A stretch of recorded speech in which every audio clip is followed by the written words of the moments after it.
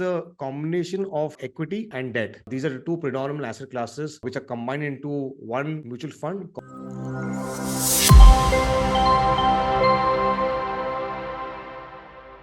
Hello everyone and welcome to our channel, The Mutual Fund Guys, where we talk only about mutual funds. My name is Samir Gilani and on the other side is Mahesh Bhagwat, and we are partners at AMS Investments. AMS Investments is a mutual fund distributor based out of Mumbai with an office in Dubai. That's where I live. And we currently manage portfolios of mutual funds for about 100 plus clients. Having said that, let's dive straight into today's topic. Today, we will be talking about hybrid funds. If you look back to our previous videos, we had discussed about two other categories of mutual funds. One was the equity mutual funds and debt mutual funds. And in both those videos, we have tried to define for you what is an equity mutual fund and what is a debt mutual fund. So today we are going to talk about a third category called hybrid mutual funds.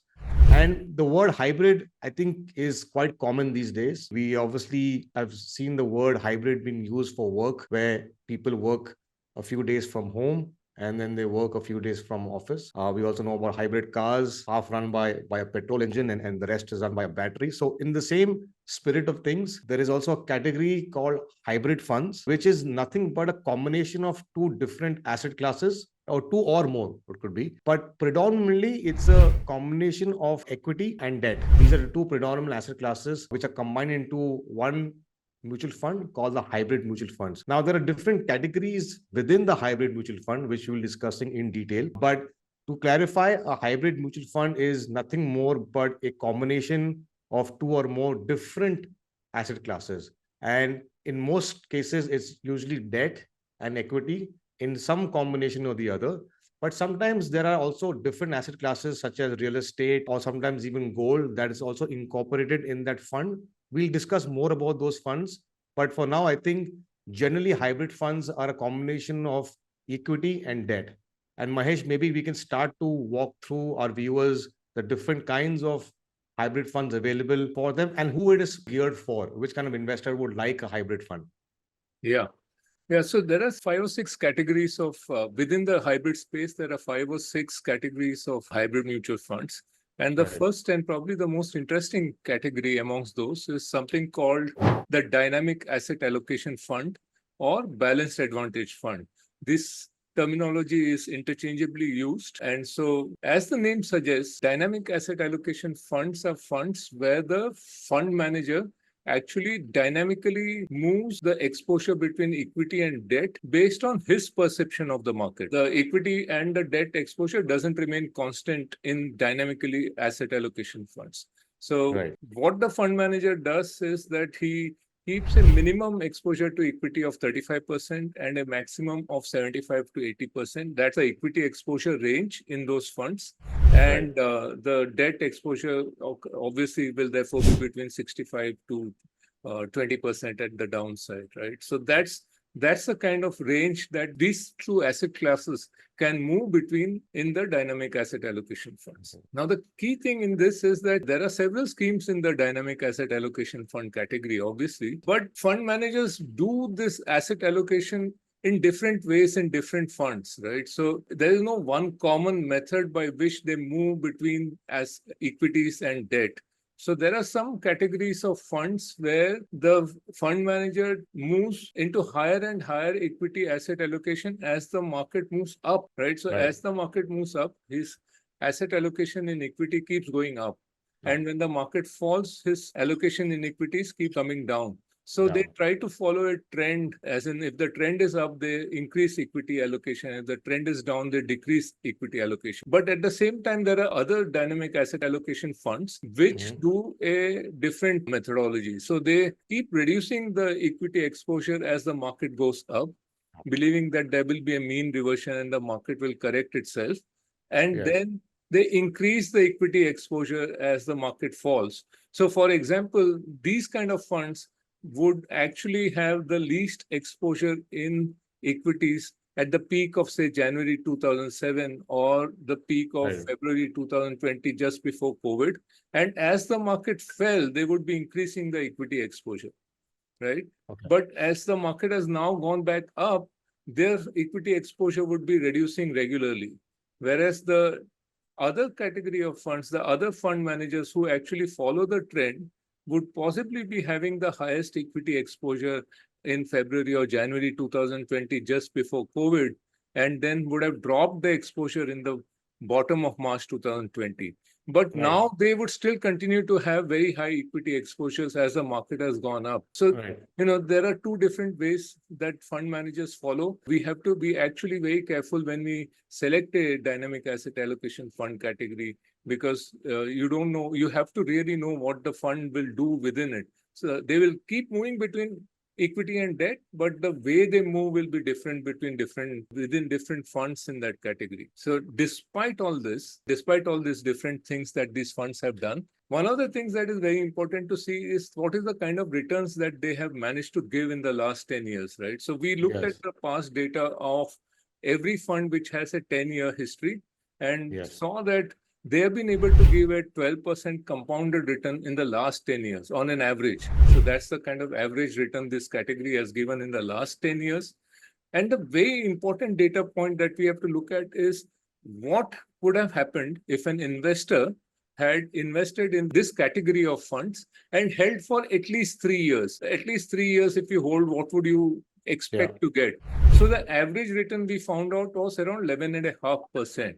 Right. So if you bought at any point in time and held for 3 years, the average return of the average of this category is 11.5%. 0.5%. And then one more data point I feel is very important for an investor to realize is that what is the minimum return that this category has given if you bought at any point in time and held for 3 years. 3 years. So the minimum return this category gave was around 3.5%, 3.6%.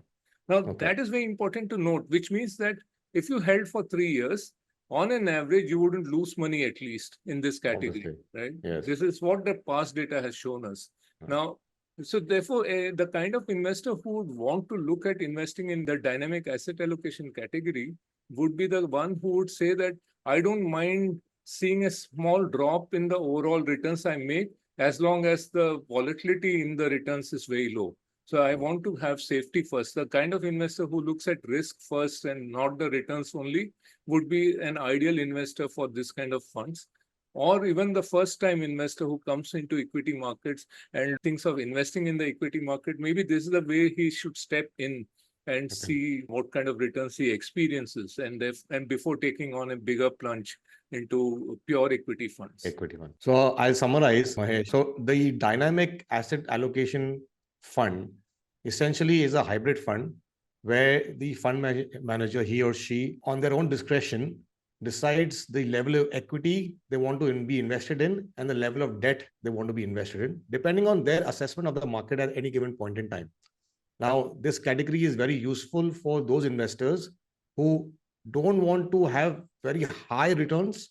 They want nominal returns. At the same time, they don't want to take extra risk on their portfolio. This is where the debt components come into hand.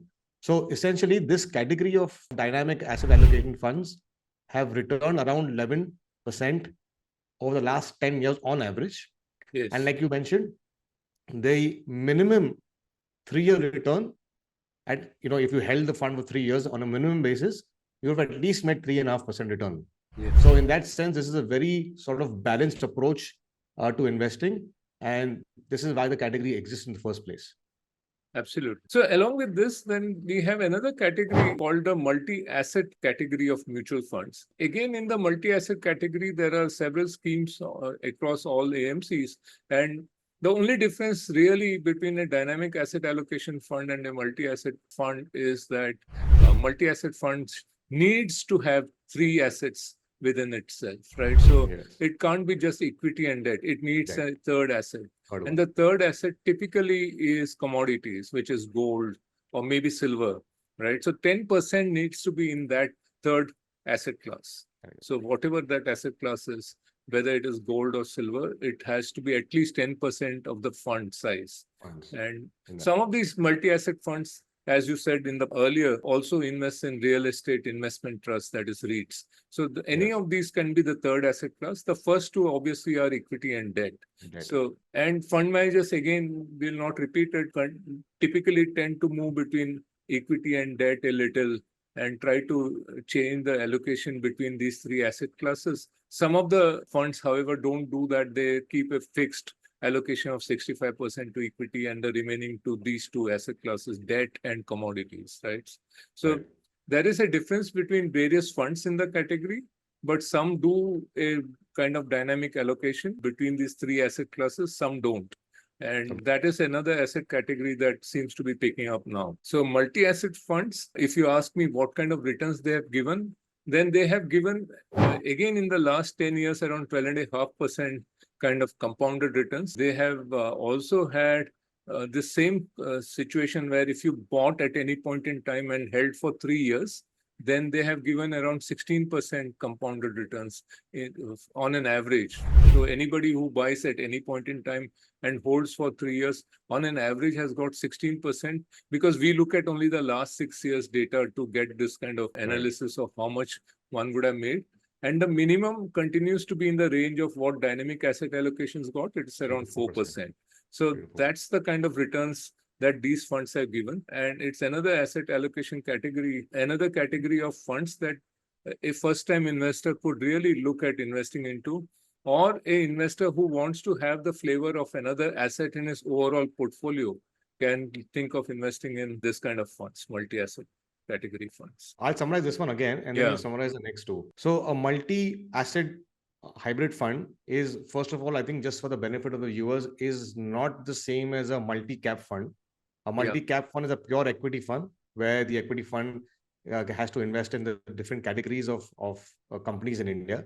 A multi-asset fund is where the fund manager has to invest on at least three categories of assets, primarily debt, equity, and a third asset class could be gold, real estate investment trust, invest REITs, and any of those commodities, right? As you mentioned, the minimum allocation in the third asset has to be 10% at the minimum. This multi-asset category helps you to diversify across asset classes, pretty much every asset class that's available to us in India.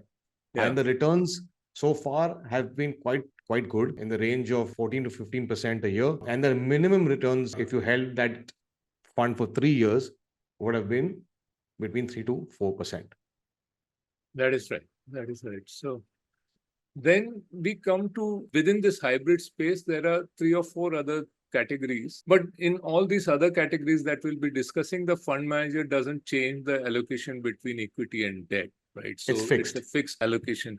So the first one that I would like to talk about is called the hybrid aggressive fund.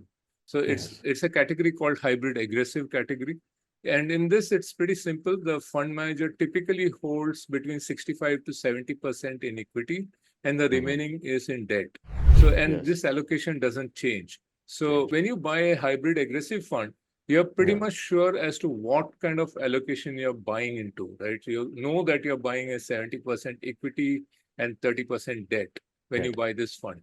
So, if an investor wants to say that I always want a 70-30 mix between equity and debt, then his portfolio should really consist of only hybrid funds, right? Because they simply do the same thing that he wants. It is more aggressive than the dynamic asset allocation fund, because typically it will always have 70% equity, whereas the dynamic asset allocation will have less equity at various points in time.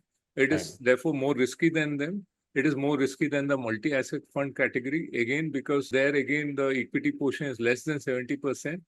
And therefore, this is almost like an equity fund itself, except that it is 70% equity, 30% debt. And that is also reflected in the kind of returns that these funds have given on a whole in the last 10 years. So in the last 10 years, these funds have given around 15% compounded return, which, if you remember, was the kind of return that large cap funds, which are pure equity funds, gave, right? So these funds have been able to give around 15% compounded returns in the last 10 years. And in the last three, the same metric that we use, that if you bought at any point in time and held for 3 years, what is the kind of return that these funds have given? And that's around 15.3. If you look at the kind of returns that these funds have given, they've given 15.3 if you held at any point in time and if you bought at any point in time and held for 3 years. Held for 3 years. But the fact that they carry more risk is reflected in reflected in this other number that I'm going to talk about, which is that if you bought at any point in time and held for 3 years, then the minimum return you have received is 1.5%. Okay. It's not. But it's still positive. It's still positive, but it is not as high as the other two numbers that we talked about in dynamic asset allocation and in the multi-asset fund category. It's slightly less because it is higher risk, right? So you will see that reflected in the minimum returns that it has given. Yes. Now, to just summarize this, hybrid aggressive funds are funds which have fixed asset allocation between equity and debt. They don't move that. The fund managers typically have 65 to 70% equity and the remaining in debt. There is no third asset class in those categories of funds. And the other thing is that they have been able to give almost equity-like return, large cap-like return in the last 10 years, but they do carry a little bit of risk. And so their returns are higher than even the dynamic asset allocation and the multi-asset fund category, but the risk that they carry is higher. And so the minimum return that they're provided in any 3-year period is lower than those two other categories. Fair enough. And now speaking on the other category, which is the equity savings fund. Equity so we have equity savings fund and we have. I think we can maybe combine equity savings fund, monthly income plans, and arbitrage fund into some sort of a combination, or no? No, or we'll quickly maybe summarize it as one. Right. Because they're basically mostly debt-oriented products, mostly. So the equity savings fund is a category where the fund manager has to have minimum 40% in equity. Will be having 40% in equity. And the remaining is debt or arbitrage. So, they have between 25% in arbitrage, 40% in pure equity, and the remaining in debt in equity savings fund. And in conservative hybrid funds, which is another category of funds, there the equity portion is between 5 to 25 and the remaining is debt. So we are actually moving down into lower and lower risk categories now. Equity savings fund is slightly higher risk than conservative. And the only difference between the two is that in equity savings, 40% is in equity, remaining in arbitrage and debt. And in conservative, it is 5 to 25% in equity and the remaining in arbitrage and debt, right? So that's how the category has been made. So the risk profile, obviously, for the conservative fund is lower. The equity savings fund is slightly higher risk than the conservative savings fund. And the returns have been pretty much similar, actually. Equity savings fund has, in the last 10 years, given 8.5% return. And conservative savings fund has given 8.7, which is very strange. It's almost the same. So these two categories have done nothing but give similar returns with almost similar risk. Yes, we will probably come up with another video on the sort of the taxation implications of hybrid funds versus pure equity and pure debt funds. Yeah, that will be in a separate video. But I think there are some advantages that they bring to the table from a taxation point of view, especially the hybrid funds, the aggressive hybrid funds. So we'll discuss that on a different topic. But I think just to summarize, Mahesh, as we mentioned in the start of the video, that the hybrid funds is a category of funds which combines two asset classes, or sometimes even three, predominantly two asset classes, which is equity and debt. As we've also done in our previous videos, these two categories of equity and debt are completely different in terms of the returns they provide and the risk that they actually have on their products. So combining those two in different combinations, depending on the risk appetite of the investor, is what hybrid funds are. It's a great category for investors who are looking to, maybe get some participation in the equity for booming stock market. At the same time, they want to get some stable returns through debt. So this category really fits that kind of investor really, really well. And it's a product that is made by the asset management company. It's sort of tailor-made in that sense for your liking. And instead of you actually going in, buying an equity fund or buying a debt fund and trying to combine those two, this is done for you like almost like a pre-meal, a pre-ordered meal in a sense. So I think it has various advantages, and we will of course speak about the taxation advantages in another in a video. separate video we can do that. It's a very important video that we will come up with. We'll talk about the taxation benefits of hybrid fund versus an equity and a pure equity and a pure debt fund. But yeah, so thank you for that analysis, Mahesh. For any of you who are watching, if you're looking to get a free assessment on your existing mutual fund portfolio, please write to us at hello@amsinvestments.net.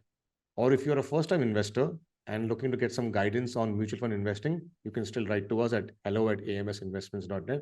And Mahesh and I will be more than happy to assist you in your journey. Thank you for watching and see you next time. Yep. Right.